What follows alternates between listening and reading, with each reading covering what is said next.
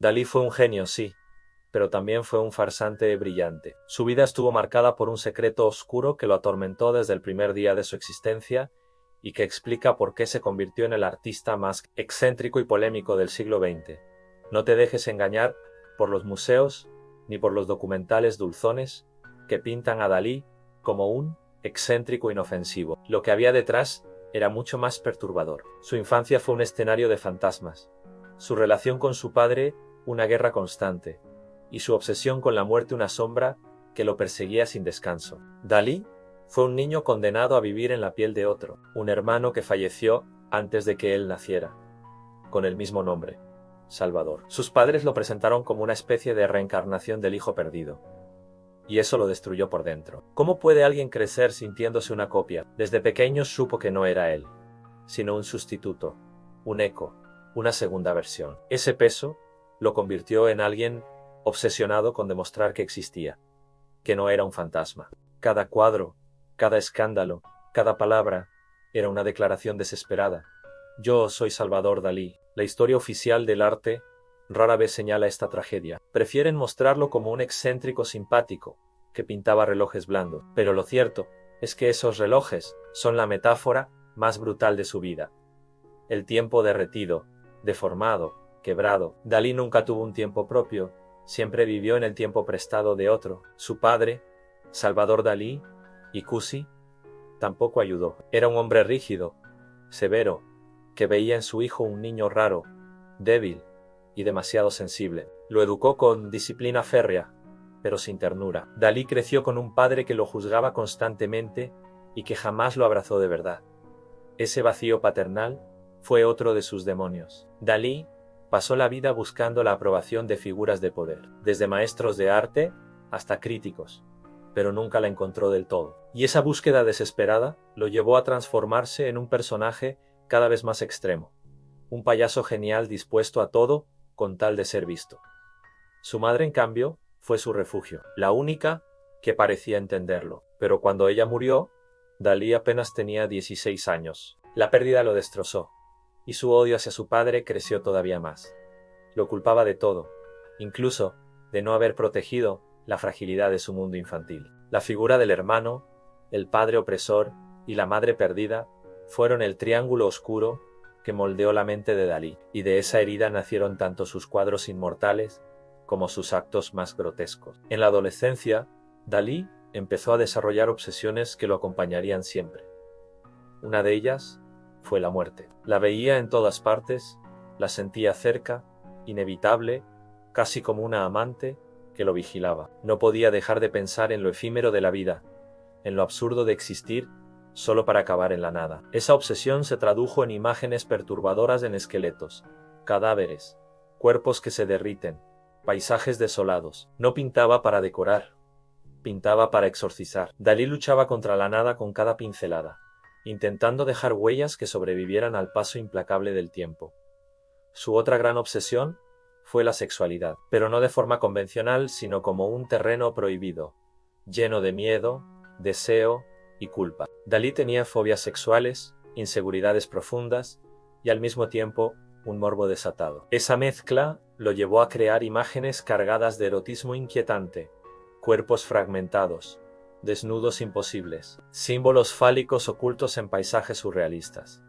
Dalí nunca se sintió cómodo con la intimidad. Sus miedos lo paralizaban, pero como genio visual, supo transformar ese miedo en arte, y lo que en otros sería represión, en él se convirtió en creatividad desbordada. Entonces apareció Gala y todo cambió. Gala no era solo una mujer, era el motor que lo movía, la musa que lo dominaba, la amante que lo obsesionaba. Cuando Dalí la conoció, quedó hipnotizado. Ella no solo inspiraba sus cuadros, también dirigía su vida. Muchos han dicho que sin Gala, Dalí no habría llegado a ser Dalí. Ella lo impulsaba a superar límites, lo manejaba como a un títere y lo transformaba en una máquina de provocar.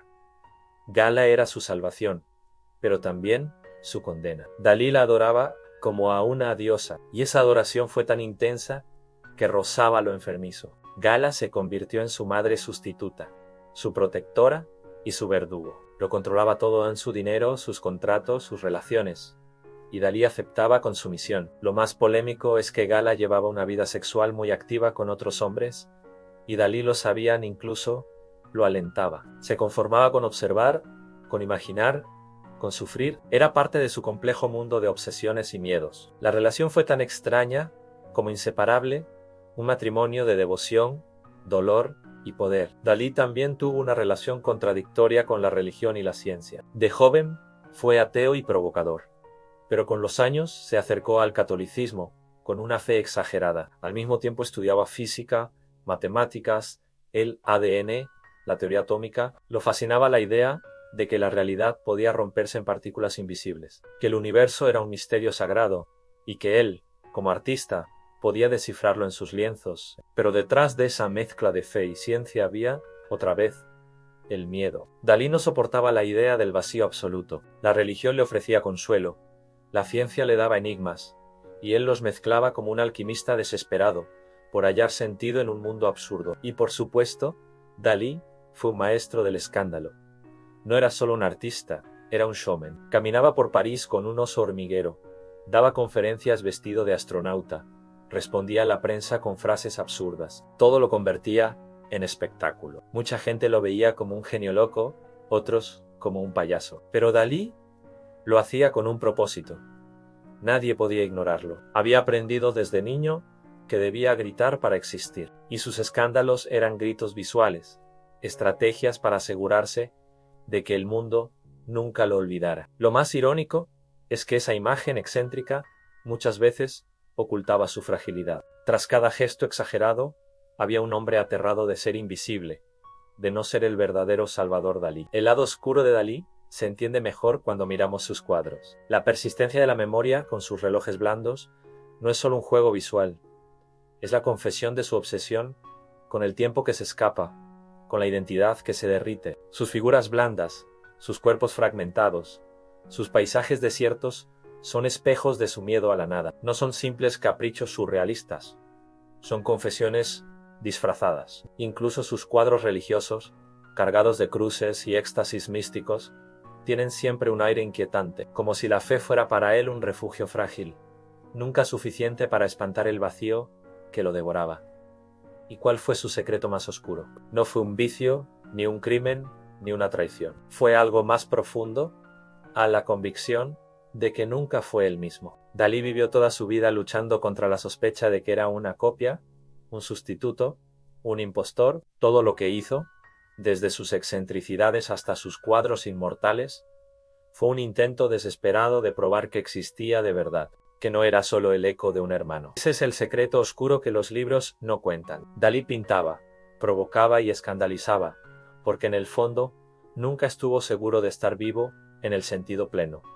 Necesitaba que el mundo lo confirmara a cada instante, y quizá ese dolor fue lo que lo hizo tan grande. Dalí convirtió sus traumas en obras maestras, transformó su miedo en belleza, utilizó su oscuridad como combustible para iluminar el arte del siglo XX. Siempre fue el hombre que buscaba gritar más fuerte que el silencio de la nada. Esa es la paradoja de Dalí, un genio que nos enseñó a soñar con mundos imposibles, pero que en su interior estaba atrapado en una pesadilla. La próxima vez que mires un cuadro suyo, no veas solo relojes blandos o figuras surrealistas. Mira el dolor escondido, la confesión disfrazada. Dalí no pintaba para agradar, pintaba para sobrevivir. Y ahora la pregunta es para ti. ¿Crees que un genio necesita un lado oscuro para crear? ¿O Dalí fue la excepción que convirtió la tragedia en espectáculo? Déjamelo en los comentarios, porque la historia de Dalí no termina aquí. Apenas empieza el debate sobre hasta qué punto el dolor personal puede convertirse en arte universal. Y si quieres seguir explorando los secretos más perturbadores de los grandes genios de la historia, suscríbete al canal y activa la campanita, porque lo que viene será aún más polémico. Gracias por tu tiempo, nos vemos en otro video del Eco del Arte, y recuerda, siempre hay espacio para la imaginación.